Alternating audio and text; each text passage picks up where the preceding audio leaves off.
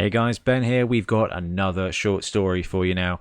This one, I think, did make it to our shortlist as well, and it's a really clever one. It does a really good job of immersing you, I think, into very much an element of Blood Bowl that you kind of never consider. So I love this one immediately.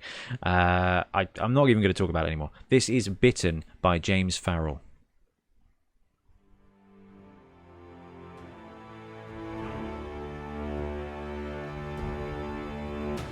Bitten, a Blood Bowl short story by James Farrell. The fog was rolling in from the woods as Alfredo walked through the village, clouding his vision more than the cheap ale he'd been enjoying moments ago. He cursed under his breath. He was sure his camp wasn't that far from the tavern. All the buildings looked the same, tiny wooden huts with thatched roofs. People back in Lucchini would probably think of this as picturesque, but now he just wanted his bed. He slowed a little, catched his breath. There was a sound, a heavy panting noise nearby, but he couldn't tell from which direction. He walked on faster, trying to whistle a tune. He'd never been able to whistle properly at the best of times, and now, a hint of panic crossing his mind and more than a little tipsy, he just ended up dribbling down his chin. He looked around but could see nothing. Actually nothing. He was clear of the village and into the woods. The panting was louder in the still air between the trees. He broke into a run, weaving around the undergrowth as if back on the pitch. As in the game this afternoon that he'd been celebrating a bit too hard, he found himself racing from something. Then it had been an Orc blitzer charging behind him, wanting to do him grievous harm and possibly get the ball back. This time, he wasn't sure, but he wasn't carrying a ball, that much he was certain of. Unlike a Blood Bowl pitch, apart from the odd game against halflings, this time there were trees in the way. He ducked instinctively under a branch, but his toes caught on a root and he stumbled slightly. The panting was much louder now, and suddenly something crashed into his back, pain searing through his back and pressure clamping round his right shoulder. The grassy ground rushed up to meet his face as he fell forwards, but everything went dark before impact. A thudding noise dragged Alfredo from his slumbers. He ached all over, and it was a few moments before he risked opening his eyes. Pain. He closed them again. He wasn't in bed. He scratched at his head, a nail catching the skin of his scalp. Must trim those nails. I don't remember them being that long. He rolled over onto his back, wincing as something hard dug into his spine. Slowly he raised himself to be seated and felt around. He wasn't ready to risk the light again, but wanted to know more of his surroundings. Leaves, mud, possibly grass, a tree root? Some memories came back. A prank. It must have been one of his teammates. Martino or Paolo were the most likely suspects. He let a tiny sliver of light between his eyelids. Yep, he'd crashed out somewhere in the woods. He got up slowly, letting his brain settle itself at whatever pace it needed to. The thudding noise kept on, and he realized it was hammering from within his head. A dull ache throbbed deep in his shoulder. He could hear the tinkling sound of water nearby and managed to locate a stream. He gulped down some water, only now realizing his thirst, then splashed some on his face to freshen himself up. His reflection stared back from the crystal clear shallows. His face looked tired and bristly around the edges, though nothing a few minutes with a razor couldn't fix. He shook his head and stood. Better find my way back to the village before anyone misses me. Go along! Simone Breza's distinctively deep voice rang out clear across the pitch. Alfredo looked downfield, spotting a gap where an elf had just been blocked away by Benito. Ignoring the pitiful cries, Alfredo sprinted past his prone opponent and found himself in space. He glanced over his shoulder, knowing the ball would be arcing towards him. He veered slightly to his right to meet it, cradling the pigskin safely in his arms. Then his head went a bit fuzzy. Not now. This had been happening too often of late, his mind clouding over for a few moments and he would black out. Not a good time. A flash of light, shouting. He was kneeling on the ground, panting heavily. He saw the ball in front of him, a shiny black boot either side. What? He looked up to see Breza giving him a very confused look.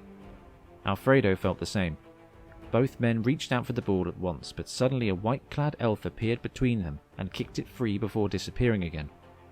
Alfredo got up but heard a whistle before he could get his bearings again. What just happened? The team ran round quickly to set up for the next drive, with only a few minutes left in the game and the Slammers now a touchdown behind. Alfredo lined up on the left flank as usual, though something was nagging at him. a slight pain in his stomach, a warm tingling itch in his legs. He looked across the field, seeing the elves lined up. In their midst was a tree man, white paint daubed over his trunk displaying his team colours. Alfredo found himself walking towards the wooden creature, the clouds appearing at the edges of his vision again. He shuffled his legs, adjusting the armour as he walked. He knew what he needed to do, though part of his brain was fighting it.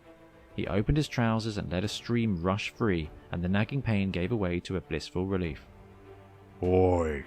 came a loud roar. He looked up to see the dark eyes of the tree man fixed upon him. What am I doing here? He suddenly realised what he was doing and hurriedly tried to put himself away. He fumbled with his kit, looking back up just in time to see a large branch swing round and connect with the side of his head. The next week passed slowly. Alfredo was kept under close supervision by the team's doctor. The infirmary was actually a relief, as it meant the coach couldn't get him alone. After Alfredo had been told what happened during the last match, he was pretty sure the former chef would have taken a cleaver to him. The doctor did not know what was causing the blackouts, but Alfredo was kept away from the rest of the team in case it was infectious. The Slammers had their next game scheduled against an Orc team, playing a special nighttime exhibition just for Cabal vision. Both moons would be full, there would be spellcasters hired to add pyrotechnics for extra lighting. The game itself was going to be shorter than usual, the networks aiming for younger audiences with shorter attention spans. Alfredo shook his head. The sport didn't need fireworks and fancy gimmicks. The coach came in the day before the game, giving Alfredo a glare which told him he was still not forgiven for his antics. There was a heated discussion between coach and doctor which Alfredo could not hear, though he was pointed at on more than one occasion. The doctor shook his head, but the coach pushed him away and stormed out. The doctor adjusted his scrubs and walked over. "So it seems the coach needs players for the game tomorrow night," he said. "The networks are asking for a full bench for each team, so you can't be given the rest you need." Alfredo shook his head. "But I feel fine, Doc." "Maybe so, but I don't like it. We still don't know what's wrong with you, but I am paid to get you on the pitch, not to look after you." He handed over a large bag of pills.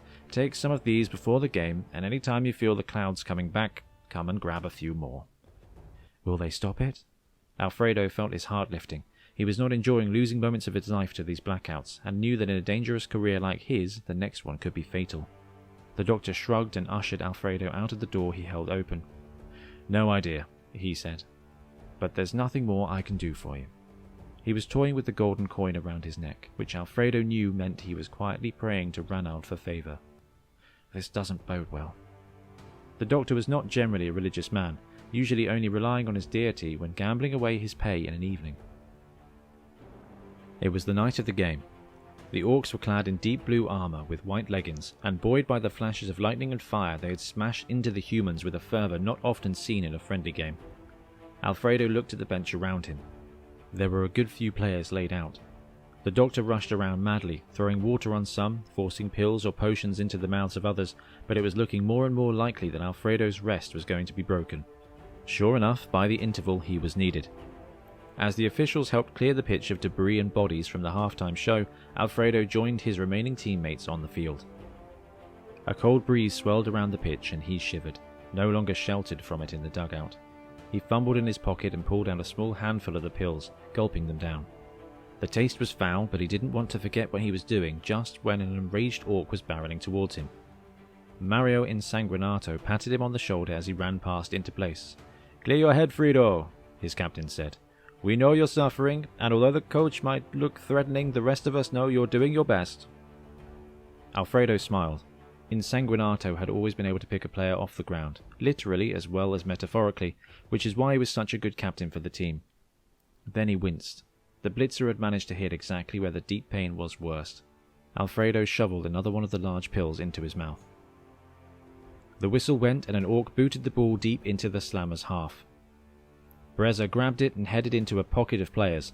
Alfredo started studying the orc line, trying to see where he could break through. It was not looking good. All he could see was a wall of green skin and blue metal. The wind howled around him and the pitch was suddenly lit by a blinding red light. A cheer from the crowd told him this was just more fireworks. Once the red glow dissipated, it still seemed lighter than before. Alfredo looked up. The clouds were parting, whipped away by the wind, and the moons were appearing. Huge, bright, clear. He couldn't pull his eyes away. Swirling lights spun around his vision, and the moons merged into one, growing bigger and closer. Hazy mists were encroaching at the edges of his vision, but soon even these were taken over by the beautiful brightness. His throat tightened and his body tensed. There was a howling noise. Wait a minute, he thought just before his mind went blank again. That howling noise is me. His hands were wet. He could feel it without opening his eyes. He rubbed at his stubbled face and it seemed wet too. There was a smell of blood and his heart was racing. Something was in his mouth. Salt? He wasn't sure. He spat. He could hear the crowd cheering madly. He was on the pitch and the game was still going. I'm alive. He smiled. Opening his eyes, he surveyed his surroundings. There was carnage around him. He looked at his hands and they were stained a deep red. He noticed a faint pain in his right arm and investigated, seeing some deep scratches. Just then he realized he was holding something in his left hand. It appeared to be a tube of blue metal. He turned it over and then dropped it suddenly, recoiling.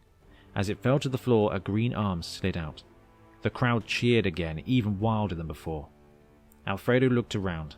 A couple of his teammates were nearby, although they seemed to be cowering away as he looked at them. Another was running away. It looked as if he was carrying the ball.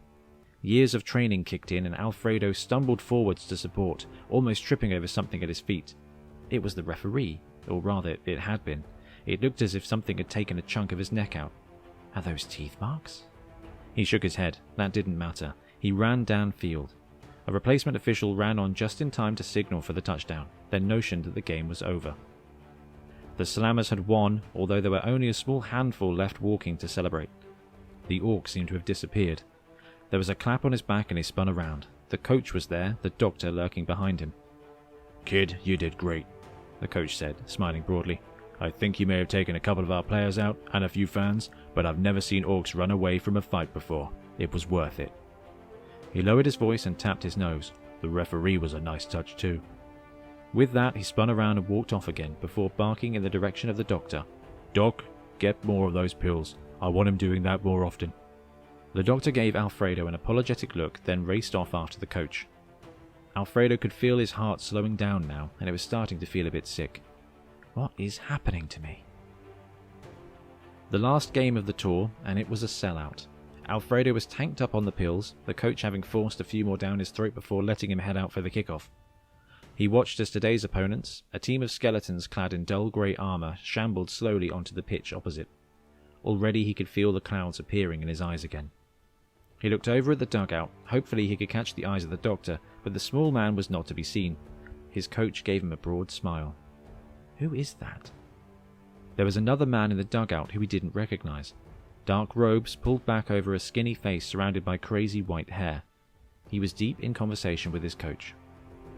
The whistle blew and dragged his attention back to the game. A skeleton ran up to the ball to kick it.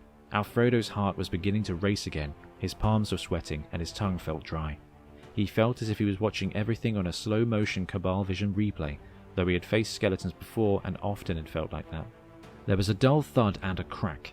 The ball sailed through the air over his head. Something else was following it, long and thin. He looked back towards the opposition and saw the kicker on the floor trying to pick itself up. It started hopping towards the dugout, its kicking leg missing. Alfredo spat around. It was there, just a few yards from him. Breza had the ball, but Pepe was nearby, looking at the bone. It's mine! Alfredo roared without realizing, and he charged into his teammate at full speed. Pushing him away, he grabbed the leg bone between his teeth, running almost on all fours. He looked around madly. His teammates were backing away. Good, this is mine. Where can I take it? Where can I hide it? Why do I want a bone?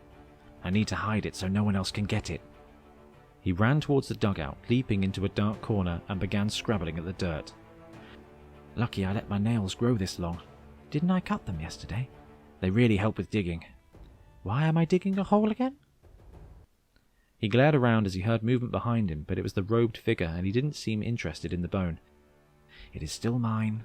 It tasted dry and cold and felt good against his teeth. Bone good. The necromancer smiled to himself. Watching the human scrabbling in the dirt, he tapped his fingers together carefully, his long sharp nails clicking as they met. My pets have done their job well, he chuckled quietly to himself, and my new player is almost ready. Reaching into the folds of his black robes, he pulled out the contract and passed it back to the human coach. Just sign here and I'll take him off your hands.